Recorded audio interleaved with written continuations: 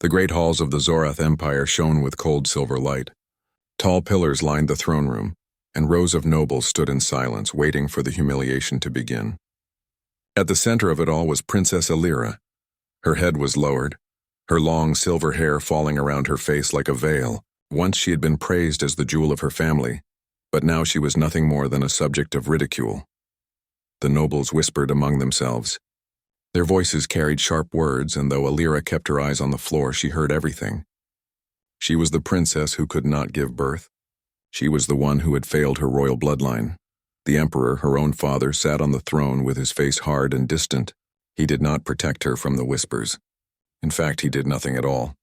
That hurt her more than the cruel words. At last, a noble with a narrow face and cold eyes stepped forward. His name was Lord Varen, one of her loudest critics. He bowed mockingly and spoke.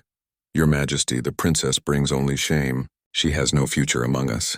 Perhaps it is better to send her away, far from the court. Let her become someone else's problem." The court erupted in low laughter. Another noble added, "Yes, let her be given to the humans. They are simple creatures. To place her among them would be a fitting joke." The suggestion spread like fire, and the laughter grew louder. Humans were considered weak by the Zorath. They were new to space travel, new to the galactic stage, and the Empire saw them as little more than a curiosity. Sending a royal daughter to them was meant to be an insult, a punishment that would follow her name forever. Alira finally lifted her head. Her silver eyes flashed with pain, but also with a quiet strength. She had endured many years of these insults, yet this was the first time she saw their plan so clearly. They wanted her gone, and they wanted to laugh at her even when she was far away. Her father gave no command to stop them. Instead, he raised a hand, silencing the room, and declared, "So be it. Let the princess be sent to the humans. Perhaps she will find there what she could not find among us." The laughter returned, sharper than ever. The decision was final. Within days, Alira was placed aboard a transport ship. The halls of the palace closed behind her, and no farewell was given. She was not escorted by honor guards or treated with ceremony. She was treated like an object being removed from sight. As the ship left the Empire's territory, Alira sat alone in her cabin. The stars outside the window blurred into long streaks of light as the ship entered faster than light travel. She placed her hand against the glass and whispered to herself, "They believe I am broken. They believe I am nothing. Perhaps it is true. But if I am nothing, then why does my heart still beat with such fire?" The journey was long, and during that time Alira thought about the humans she had heard of but never met. Reports described them as stubborn, emotional, and strange. They were said to value family deeply, to the point of fighting entire wars for the safety of their children. It was a concept both foreign and fascinating to her people. When the ship finally arrived in orbit around Earth, Alira looked down at the planet. Blue oceans covered much of its surface, and white clouds curled above green and brown lands. Compared to the cold metallic worlds of the Empire, Earth looked alive, almost warm. Waiting for her on the surface was a single human chosen to receive her. His name was David, a scientist who studied alien biology. He had not been told much about her arrival, only that an alien princess would be sent to him as a guest. He had no idea of the cruel joke behind it. The transport ship landed near a research station surrounded by forests. The ramp lowered, and Alira stepped out. She wore a long gown of pale silver, though the months of travel had left it wrinkled. Her posture was still graceful, but her heart was heavy. David stood nearby, his simple earth clothes in sharp contrast to her royal appearance. He was not tall by alien standards, but his eyes were steady and kind. When he saw her, he did not laugh, nor did he look at her with pity. He simply bowed his head slightly in respect and said, "Welcome. You must be tired. Please come inside." The words startled her. No one had spoken to her with such simple kindness in a very long time. For a moment, she could not answer. She only nodded and followed him. Inside the station, the air was warm, carrying the scent of wood and clean earth from the nearby forest. It was so different from the cold halls of the Empire. David showed her a room prepared for her, plain but comfortable.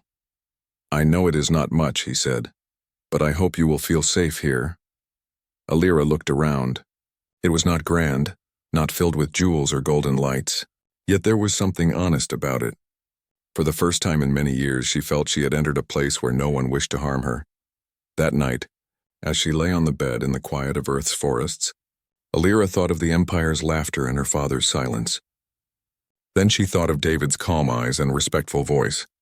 Something inside her shifted, a small spark that whispered that her story was not over. Far from home, surrounded by strangers, she was no longer just the infertile princess. She was something else now. And perhaps, on this strange world, she would discover what that meant. The morning sun rose over the forest, sending golden light across the research station. Alira stood near the window of her room, watching the trees sway gently in the wind. The sound of birds filled the air, strange to her ears yet comforting. She had grown up in metal cities where the only sounds were machines and voices filled with judgment. Here the world breathed differently. David knocked softly on the door before entering. He carried a tray with simple food, bread, fruit, and a cup of water. He set it on the table and smiled. "I wasn't sure what you could eat," he admitted, "but I tried to keep it plain. Please tell me if it causes any problem." Alira sat down, surprised by the gesture. In the Empire, servants had always placed food in front of her without care. Here, this human, a stranger, had prepared a meal with thought for her needs. She tasted the fruit and felt a sweetness unlike anything she had known. "It is good," she said quietly. David seemed relieved. "I'm glad." He sat across from her, not as a servant, but as an equal. "If you want, I can show you around the station later. It's not large, but it's home for me." For a moment, Alira only studied him. His face was plain compared to the sharp features of her people. His clothes were simple, his voice calm, yet she sensed something unusual in him. He treated her as though she was not broken, not a burden. It unsettled her, but also gave her a warmth she could not explain. Later that day, David led her through the station. It was built of white walls and clear panels that let the light in. The rooms were filled with books, machines, and screens displaying data. He showed her his lab where he studied samples of alien plants and materials. "I try to learn from every species we meet," David explained. "Humans don't have the oldest knowledge in the galaxy, but we like to learn. Every new discovery means another chance to grow." Alira touched one of the glass containers holding a glowing blue plant. "In the Empire, knowledge is kept only by the highest. Here you study freely," David nodded. "Yes, for us, sharing knowledge is how we survive. We are a young species, but we make up for it with curiosity." She listened carefully. His words struck her. In her world, her value had been tied only to what she could give to the bloodline. But here was a man who spoke of value in learning and growing and trying. As the days passed, Alira began to help him. At first, she simply watched as he worked with samples under the microscope, noting shapes and patterns. But soon he encouraged her to join. She found herself drawn to the process. She had always been clever, but in the Empire, no one cared for her mind. Here, David welcomed her thoughts. One evening, while examining a sample, she spoke her mind without fear. "This cell structure reminds me of healing tissue from my people. But it reacts differently to light." David looked at her with surprise, then with delight. "You noticed that?" "Yes, I've been trying to compare it." "That's an excellent observation." The praise felt strange. She had not heard such words since childhood, before the whispers had begun. A small part of her heart, long buried, stirred with pride. In the quiet nights, Alira sat with David in the common room. He told her stories about Earth, about cities filled with lights, about oceans stretching farther than the eye could see. He spoke of families gathering around small fires, of mothers holding their children close. "Family is everything for us," he said one night, his eyes distant. "Even if we lose everything else, we fight for that." Alira listened, her hands folded in her lap. "In my empire, family is duty. Love is spoken of, but it is not trusted. To them, I am a failure because I cannot continue the line." David turned to her, his expression serious. "You are not a failure. Your worth isn't decided by that. You are more than what they said." His words caught her breath. No one had ever spoken to her like that. She looked away, but the warmth in her chest grew stronger. Over time, she began to feel something she had not known in years. Safety. She was not watched by eyes waiting for her to stumble. She was not measured by what she could not do. Instead, she was seen simply as herself. One day, she walked outside the station for the first time. The forest stretched wide, green leaves rustling above her head. She lifted her face to the sun and closed her eyes.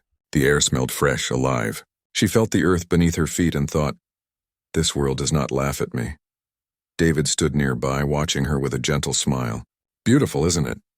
"Yes," she whispered. It feels alive. In that moment, Alira understood something. Though she had been sent here as a joke, as a punishment, this place might hold more truth than the Empire ever had. And the human beside her, with his quiet kindness, might change the path of her life in ways she could not yet imagine. Days turned into weeks, and Alira's life on Earth began to take a new shape. She spent mornings in the lab with David, studying samples of alien plants or human medicines. In the afternoons, she often walked in the forest, letting her mind rest. In the evenings, she sat with David and listened to his stories.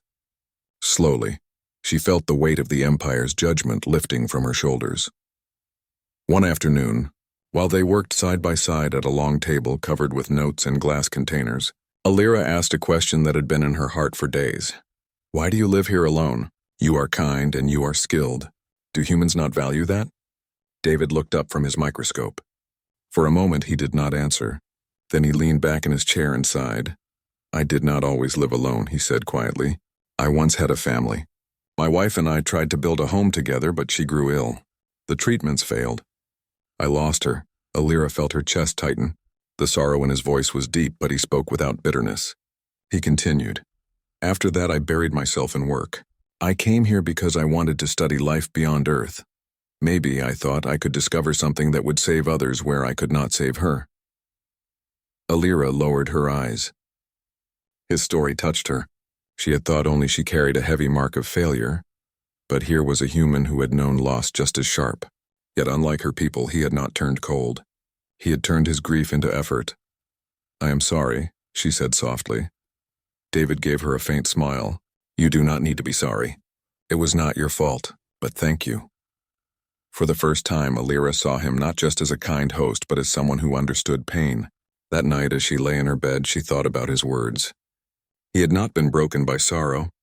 He had chosen to keep moving forward. Could she do the same?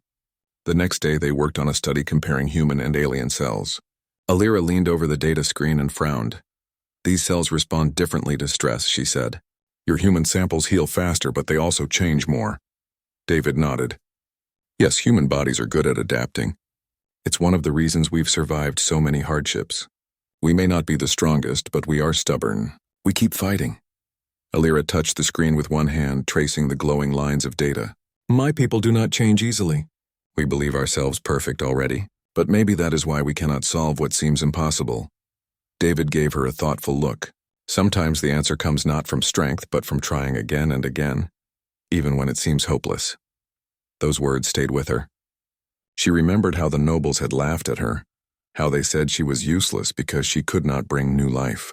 But perhaps, like these cells on the screen, she could still adapt. Perhaps her story was not sealed in failure. That evening, as they walked outside the station, Alira asked another question. David, do you believe there is always hope? He smiled at the forest around them, the sun sinking behind the trees. I believe hope is what keeps us alive. Without it, we give up and then we truly fail. Even when the chance is small, even when the world says no, we keep hoping. That's what makes us human. She was silent for a long time, letting his words sink into her heart. For years, she had carried only despair. Now, a different thought took root. What if the Empire had been wrong? What if her story was not over? In the following days, she began to help David more directly. She learned how to prepare samples, how to record results, how to use the machines with careful hands. She was quick and her memory sharp. David praised her often, and each time his words lifted her higher. You have a talent for this, he told her once. I think you could become a fine scientist. She laughed softly, though there was a tremor in her voice. In the Empire, they would never allow me such a title. To them, I am only my failure. David looked at her with steady eyes. Then it is their loss, not yours. Here you are free to be more. That night, Alira stood again by the window of her room. The stars shone above the dark forest. Somewhere among them was the Empire that had cast her aside. Yet here on this quiet world, she was learning something they had never taught her. She was learning that value came not from what others demanded, but from what one chose to do. Her hand rested on the glass as she whispered to herself, If humans can endure sorrow and still hope, then so can I. The thought filled her with strength. She was no longer only the princess sent away as a joke. She was a student of a new path, and perhaps in time, she might discover something even greater than she had ever dreamed. The lab was quiet except for the soft hum of machines. Alira sat beside David, her eyes fixed on the glowing data screen. Rows of numbers and shifting graphs filled the display. For weeks they had been comparing human and alien cells. At first it was only a study for knowledge, but slowly, Alira began to feel something deeper stirring inside her.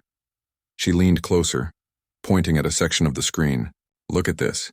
The damaged cells repaired themselves faster when exposed to human proteins. They act as if they are learning. David's eyebrows rose. You're right. That is unusual. Normally alien cells resist foreign material, but yours seem to adapt. Alira hesitated. Her heart beat faster. If my cells can adapt, does that mean... What was once impossible might not be. David turned to face her, understanding what she meant. You mean your condition? The one they told you was permanent. She nodded slowly.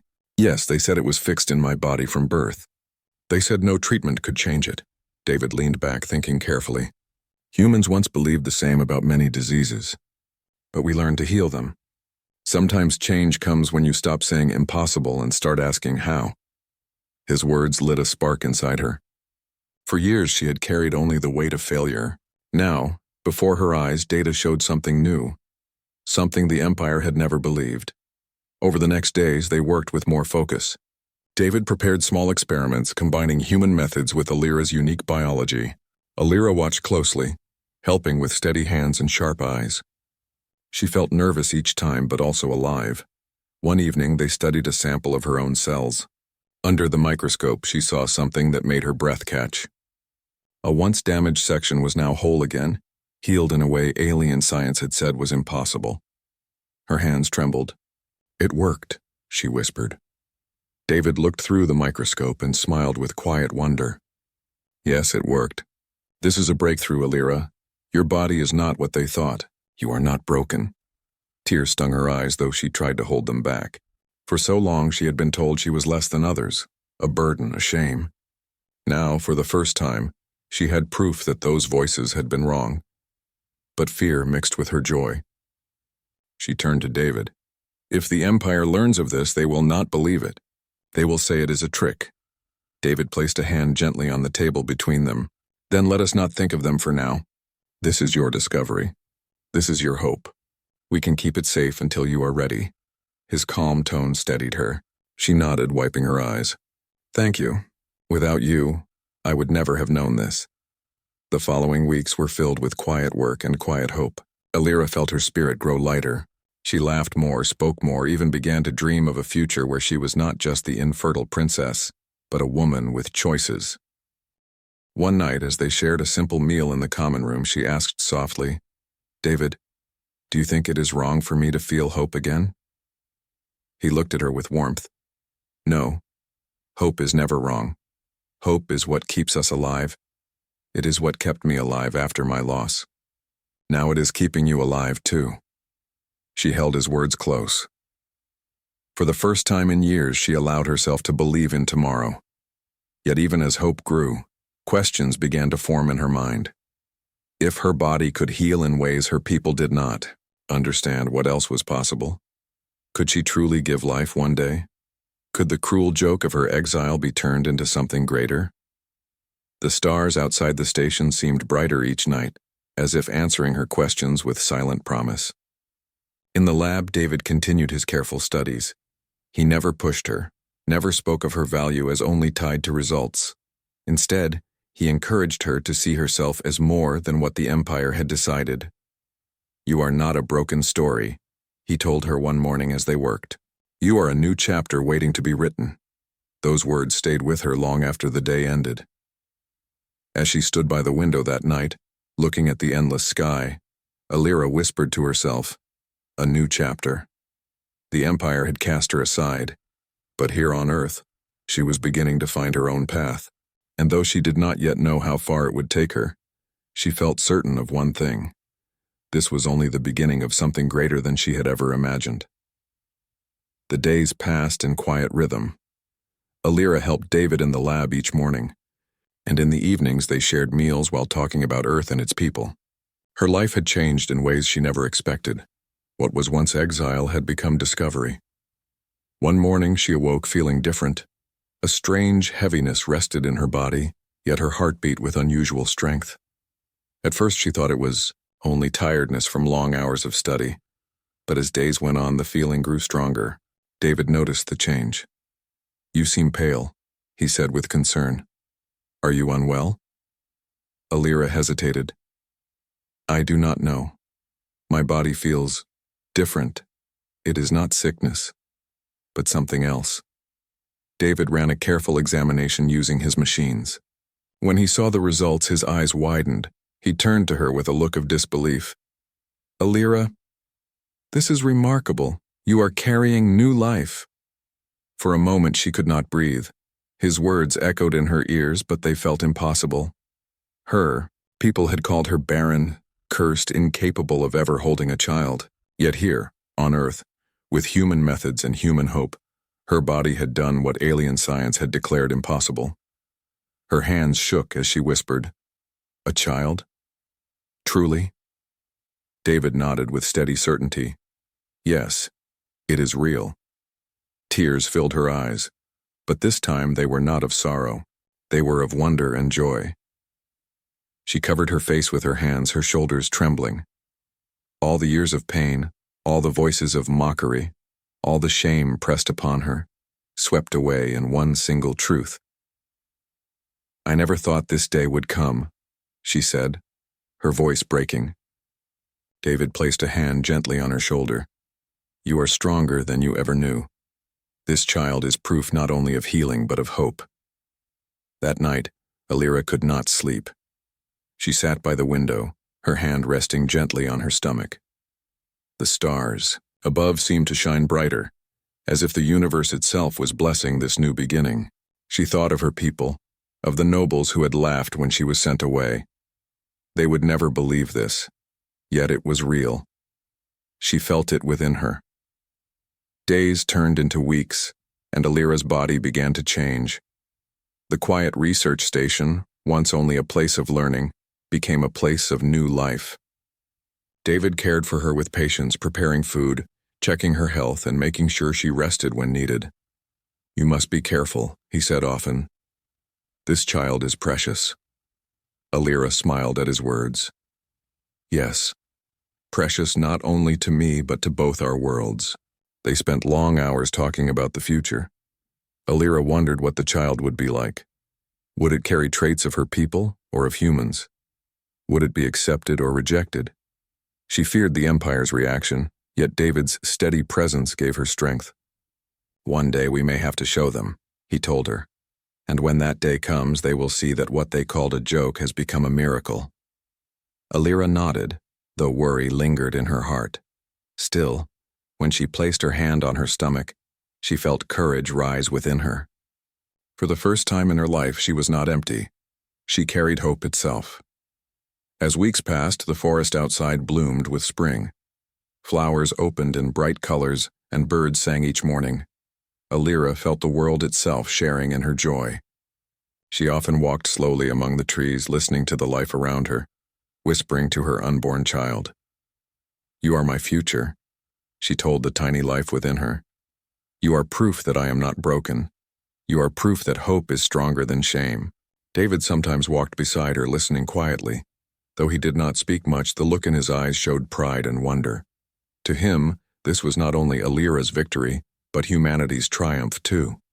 Against all odds, a human had helped an alien princess find new life. At night, they often sat together under the stars. David would point out constellations, telling her their Earth names. Alira would answer with the names her people used for the same stars.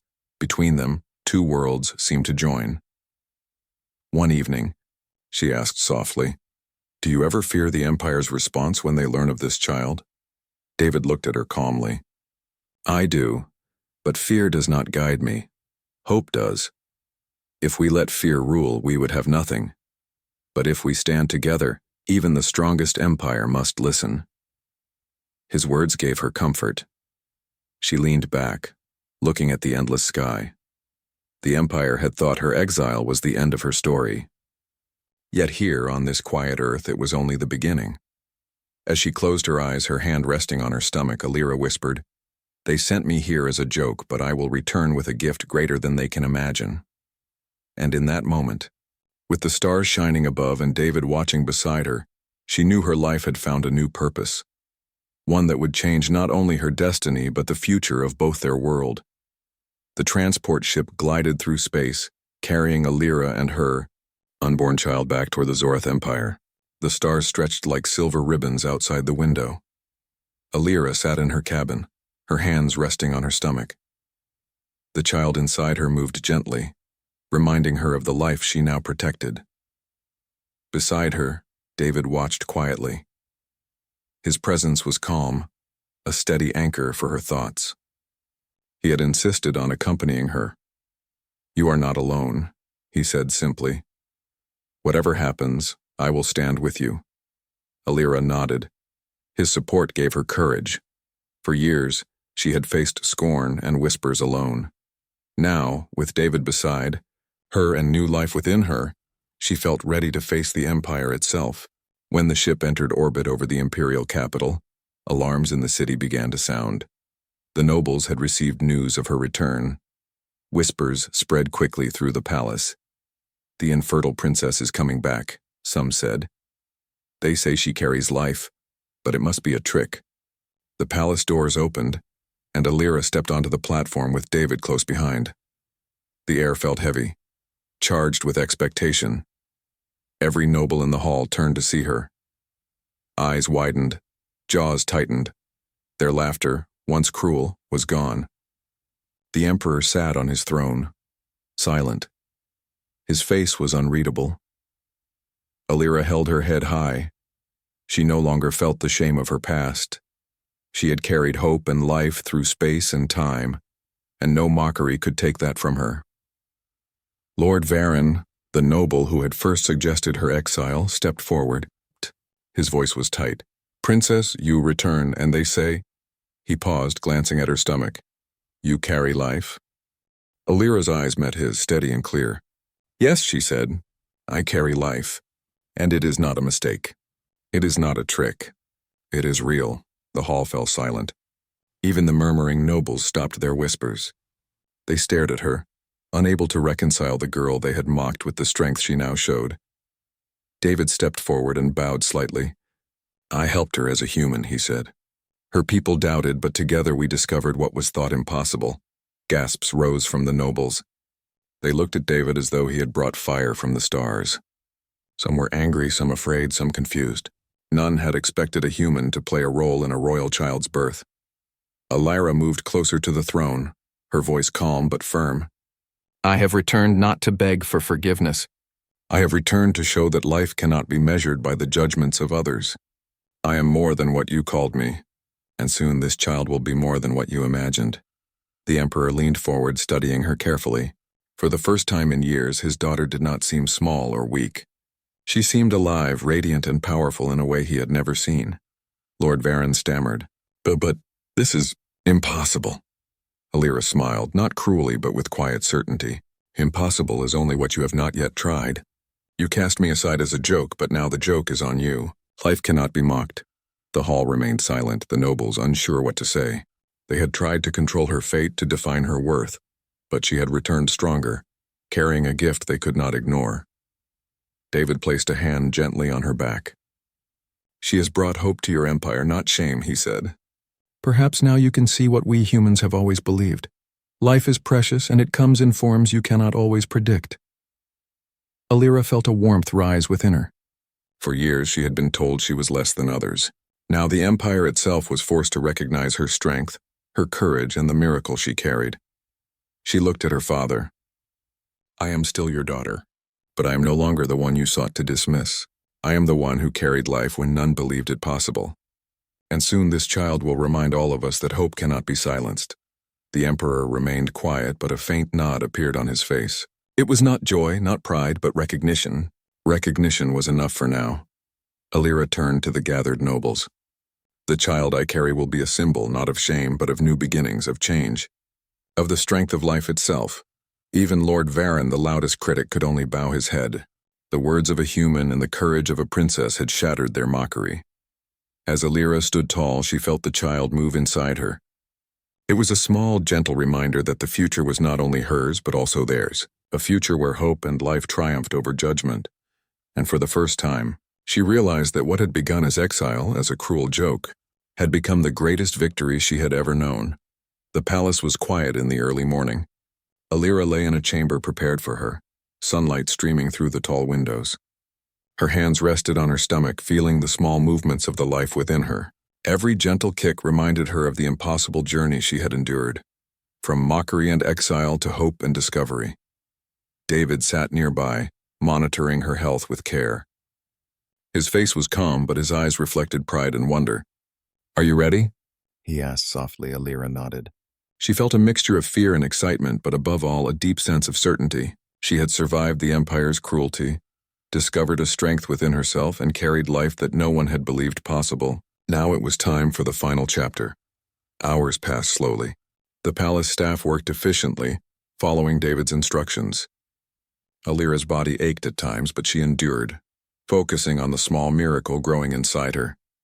Finally, after long hours, the moment arrived. Alira took a deep breath, steadying herself. David held her hand, offering words of encouragement. "You are strong. You have carried hope this far. Now it will meet the world." With great effort, Alira gave birth to a child. The first cry filled the chamber, a clear, strong sound that seemed to echo through the palace halls. Alira's eyes filled with tears as she held the small life in her arms. The child had features of both worlds, delicate silver hair like hers and the bright, curious eyes of a human. "It is beautiful," David whispered. Alira smiled through her tears.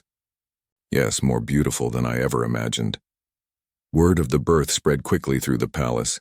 Nobles who had once laughed at her gathered, unable to hide their astonishment.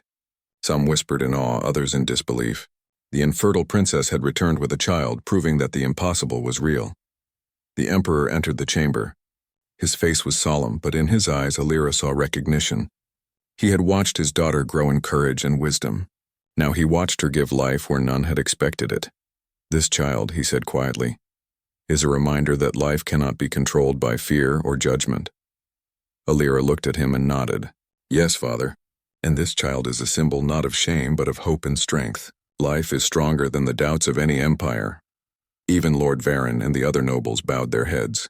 They had tried to mock her, tried to belittle her worth, but now they could only witness her triumph. They had learned that life, courage, and hope could not be ignored. David stood beside Alira, proud but respectful. "She has shown us all," he said, "that even the smallest effort, the quietest hope, can change the course of the future. Humanity is not perfect, but we can help life grow where others have given up." Alira held her child close, feeling the tiny heartbeat against her own. For years she had been told she was nothing. Now in her arms she held the greatest proof of all, that life could overcome judgment, hope could overcome despair, and courage could overcome fear. She looked at David and smiled. "We did it together.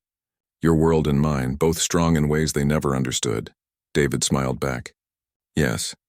And now the Empire knows that strength is not always in power or lineage. Sometimes it is in the care, the effort, and the hope we choose to give." The child cooed softly, reaching out tiny hands. Alira felt a warmth that filled her entirely. The Empire's halls, once cold and harsh, now seemed alive with possibility. The laughter that had once mocked her was replaced by awe and quiet respect. Alira knew that her journey was not just about her life, but about a larger story. Humans had shown their value not through conquest or wealth, but through compassion and wisdom. Her child would grow knowing two worlds had come together to create something new. The palace slowly adjusted to this new reality. Nobles who had ridiculed her now spoke cautiously, realizing that they had underestimated the power of hope, learning, and life itself. Alira looked out at the horizon from her window, the sun rising over the Empire. She held her child gently, feeling the rhythm of new life in her arms. This was the future, one born of courage, respect, and unity. And in that moment, she understood fully that what had begun as a cruel joke had become a triumph, not just for herself, but for humanity, for hope, and for life itself. Alira whispered softly to the child, "You are our future. You are our proof that life is stronger than any fear, and together we will show the universe what hope can do." Outside, the sun rose higher, casting light across the Empire. A new chapter had begun, one of strength, unity, and the unbreakable power of life.